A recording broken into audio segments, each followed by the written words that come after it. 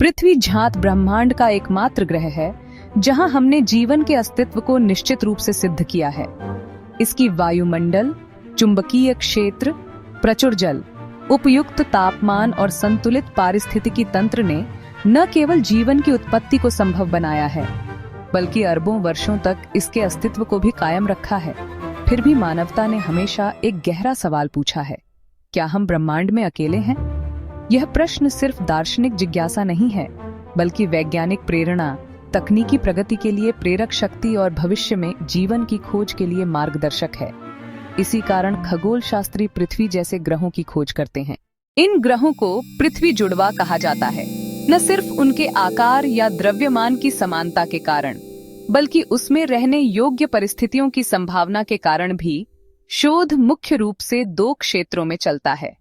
हमारे सौर मंडल के भीतर समान ग्रह और सौर मंडल के बाहर एक्सोप्लैनेट्स। वीनस कई वर्षों तक पृथ्वी जैसा सबसे समान ग्रह रहा।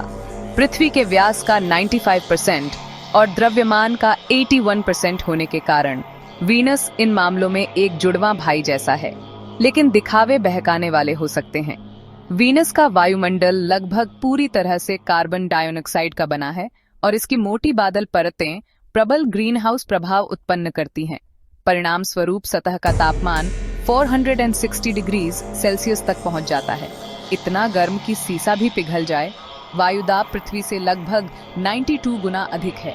ये परिस्थितियां वीनस को जीवन के लिए एक घातक नरक बनाती हैं। फिर भी वीनस पर अनुसंधान अत्यधिक मूल्यवान है, क्योंकि यह पृथ्वी पर जलवायु परिवर्तन के चरम परिणामों के मॉडलिंग के लिए एक अद्वितीय उदाहरण प्रदान करता है। मंगल एक अलग तस्वीर प्रस्तुत करता है। यद्यपि यह आकार में लगभग आधा है, फिर भी इसके सतह पर कभी नदियां बहती थीं, झीलें थीं और इसका वायुमंडल मोटा था। आज इसकी वायुमंडल पतला और अधिकांशतः कार्बन डाइऑक्साइड है और सतह ठंडी है, लेकिन सूखे नदी तट, ध्रुवीय बर्फ की चट्टानें जिनमें पानी की बर्फ है और कुछ क्षेत्रों में खारा पानी के प्रवाह दिखाते हैं कि मंगल ने अपने अतीत में जीवन के लिए उपयुक्त वातावरण हो सकता है। नासा के क्यूरियोसिटी और परसिवरेंस रोवर मंगल की भूविज्ञान का अध्ययन कर रहे हैं। वैज्ञानिक खासतौर पर सूक्ष्मजीवी जीवन के प्रमाण खोजने की उम्मीद रखते हैं। यदि ऐसा प्रमाण मिलता है तो यह ब्रह्मांड में पृथ्वी पर जीवन की विशेषता को खोलेगा। पृथ्वी जैसे ग्रहों की खोज वास्तव में हमारे सौर मंडल के बाहर तेज गति से बढ़ी है। 2009 में लॉन्च की गई केपलर स्पेस टेलीस्कोप ने हजारों एक्सोप्लैनेट्स खोजकर खगोल शास्त्र में क्रांति ला दी। केपलर 400 भी उसकी सबसे उल्लेखनीय खोजों में से एक था। ये ग्रह पृथ्वी से लगभग 1400 प्रकाश वर्ष दूर, पृथ्वी से 1.6 गुना बड़ा और एक हमारे सूरज जैसे तारे के रहने योग्य क्षेत्र में स्थित है। इसे मीडिया में अक्सर पृथ्वी 2.0 कोट कहा गया। एक अन्य महत्वपूर्ण खोज केपलर 22 भी थी। यह ग्रह पृथ्वी से 2.4 गुना बड़ा है और एक ऐसे क्षेत्र में है जहां तरल जल मौजूद हो सकता है। यदि इसके वायुमंडल और सतह की परिस्थितियों के बारे में अधिक जानकारी प्राप्त हो सके तो केपलर 22 भी रहने योग्य ग्रह का मजबूत उम्मीदवार हो सकता है। हमसे निकटतम तारामंडलों में से एक प्रोक्सिमा सेंटोरी भी महत्वपूर्ण लक्ष्य है। 2016 में खोजा गया इसका ग्रह प्रोक्सिमा सेंटोरी बी पृथ्वी के आकार का है, रहने योग्य क्षेत्र में स्थित है और केवल 4.2 प्रकाश वर्ष दूर है, जिससे यह भविष्य के अंतरिक्ष मिशनों के लिए आकर्षक बनता है। हालांकि इसके तारे से उच्च विकिरण सतही जीवन को कठिन बना सकता है। यदि वायुमंडल मौजूद हो तो यह जोखिम कम हो सकता है, अतः विस्तृत निरीक्षण आवश्यक है। सबसे पृथ्वी जैसे ग्रहों का एक समूह ट्रैपिस्ट-1 तंत्र में पाया गया। 2017 में खोजे गए इस तंत्र में एक छोटे ठंडे तारे की परिक्रमा करते 7 ग्रह हैं। उनके 3 ट्रैपिस्ट-1e, ट्रैपिस्ट-1f और ट्रैपिस्ट-1g रहने योग्य क्षेत्र में स्थित हैं। यह खोज अद्वितीय है क्योंकि यह दिखाता है कि एक ही तारे के चारों ओर कई रहने योग्य ग्रह मौजूद हो सकते हैं। हाल के वर्षों में सबसे उल्लेखनीय खोज चीनी वैज्ञानिकों की है। 2025 में घोषित केपलर 725c पृथ्वी जैसा ग्रह खोजने में एक नया मील का पत्थर बन गया। यह ग्रह एक G9V प्रकार के सूर्य जैसे तारे केपलर 725 के चारों ओर परिक्रमा करता है, जो पृथ्वी से लगभग 2472 प्रकाश वर्ष दूर है। केपलर 725c का द्रव्यमान पृथ्वी का लगभग 10 गुना है और इसकी कक्षीय अवधि 207.5 दिन है, यह अपने तारे से पृथ्वी की तुलना में लगभग 1.4 गुना अधिक ऊर्जा प्राप्त करता है। इसका कक्षीय विचलन 0.44 है, जिससे इसकी तारे से दूरी कक्षा में काफी भिन्न होती है, जिससे विविध जलवायु संभव हो सकती है। केपलर 725c का अपने तारे के रहने योग्य क्षेत्र में स्थित होना तरल जल की संभावना दर्शाता है। हालांकि सतही तापमान में बदलाव और वायुमंडलीय जानकारी की कमी के कारण अभी निश्चित मूल्यांकन असंभव है। इस ग्रह की खोज पारंपरिक ट्रांजिट विधि के बजाय ट्रांजिट टाइमिंग वेरिएशन (TTV) तकनीक से की गई थी। TTV विधि नए ग्रहों का पता लगाती है जब कई ग्रह किसी तारे की परिक्रमा करते हैं और एक दूसरे की कक्षा पर प्रभाव डालते हैं। ये खास तौर पर लंबी कक्षा या कम द्रव्यमान वाले ग्रहों को खोजने में फायदा देती है। केपलर 725c की खोज चीन की खगोल शास्त्रीय शोध में बढ़ती भूमिका को भी दिखाती है। चीन की नई अवलोकन तकनीकें और वैश्विक सहयोग अगले वर्षों में पृथ्वी जैसे ग्रहों की खोज में और अधिक अद्भुत परिणाम ला सकते हैं।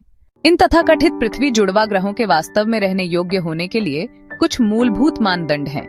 पहला, तरल जल की मौजूदगी अत्यंत आवश्यक है। जल जैव रासायनिक प्रक्रियाओं के लिए मूल है। दूसरा महत्वपूर्ण मानदंड है वायुमंडल की उपस्थिति और रचना। वायुमंडल न केवल तापमान को नियंत्रित करता, बल्कि ग्रह को हानिकारक विकिरण से भी बचाता है। तीसरा, चुंबकीय क्षेत्र तारकीय हवाओं और ब्रह्मांडीय विकिरण से बचाने के लिए जरूरी है। अंत में, जीवन की निरंतरता के लिए पृथ्वीगत गतिविधि जरूरी है। प्लेट विवर्तनिकी और ज्वालामुखी प्रक्रियाएं कार्बन चक्र और ऊर्जा प्रवाह को नियंत्रित करती हैं। कुछ उम्मीदवार जैसे Kepler 452b, Proxima Centauri b और ट्रैपिस्ट-1 तंत्र के ग्रह इन मानदंडों को पूरा कर सकते हैं। हाल ही में खोजे गए केपलर 725c भी विलक्षण रहने योग्य उम्मीदवार के रूप में उभरता है। हालांकि निश्चित निष्कर्षों के लिए गहन वायुमंडलीय निरीक्षण आवश्यक है। इन ग्रहों के रहस्यों को खोलने के लिए भविष्य के शोध अत्याधुनिक दूरबीनों और तकनीकों पर निर्भर करेंगे।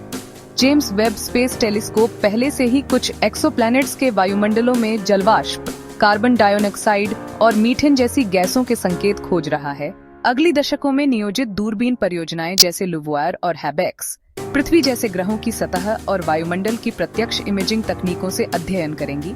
कृत्रिम बुद्धिमत्ता आधारित डेटा विश्लेषण प्रणाली इन अवलोकनों से विशाल डेटा संसाधित करने और जीवन के संकेत खोजने में प्रमुख भूमिका निभाएंगी। ये प्रयास सिर्फ अकादमिक जिज्ञासा से नहीं जुड़े, बल्कि मानवता के भविष्य से भी जुड़े हैं। पृथ्वी को जलवायु परिवर्तन, प्राकृतिक संसाधनों की कमी और जनसंख्या वृद्धि जैसे संकटों का सामना करना पड़ रहा है। पृथ्वी के जुड़वा ग्रहों की खोज हमें ब्रह्मांड में अकेले होने के प्रश्न का ही उत्तर नहीं देगी, बल्कि संभावित भविष्य की कॉलोनियों के लिए भी मार्गदर्शन करेगी। हम आज सिर्फ इतना जानते हैं कि पृथ्वी जीवन को टिकाए रखने वाला अद्वितीय ग्रह है। फिर भी हमारे पड़ोसी वीनस और मंगल, नए खोजे गए दुनिया जैसे Kepler 452b, Kepler 22b, Proxima Centauri b, TRAPPIST-1 तंत्र के ग्रह और केपलर 725c सभी यह दर्शाते हैं कि ब्रह्मांड में अन्य निवास स्थान भी मौजूद हो सकते हैं। जैसे जैसे शोध गहरा होगा और तकनीकें आगे बढ़ेंगी, एक दिन हम आकाश की ओर देख सकेंगे और निश्चित रूप से कह पाएंगे कि हम अकेले नहीं हैं। और जब वह दिन आएगा तो मानवता अंततः उस महान प्रश्न का उत्तर पा लेगी जो उसने हजारों वर्षों से पूछा है। आकाश हमें न सिर्फ तारे देता है, बल्कि अन्य दुनिया भी देता है। यदि आप जानने को उत्सुक हैं कि क्या हम ब्रह्मांड में अकेले हैं और पृथ्वी के जुड़वा ग्रहों की खोज में रुचि रखते हैं, तो मेरे वीडियो को लाइक करना न भूलें। मेरे चैनल को सब्सक्राइब करें और कमेंट्स में अपने विचार साझा करें। आइए मिलकर आसमान को देखते रहें।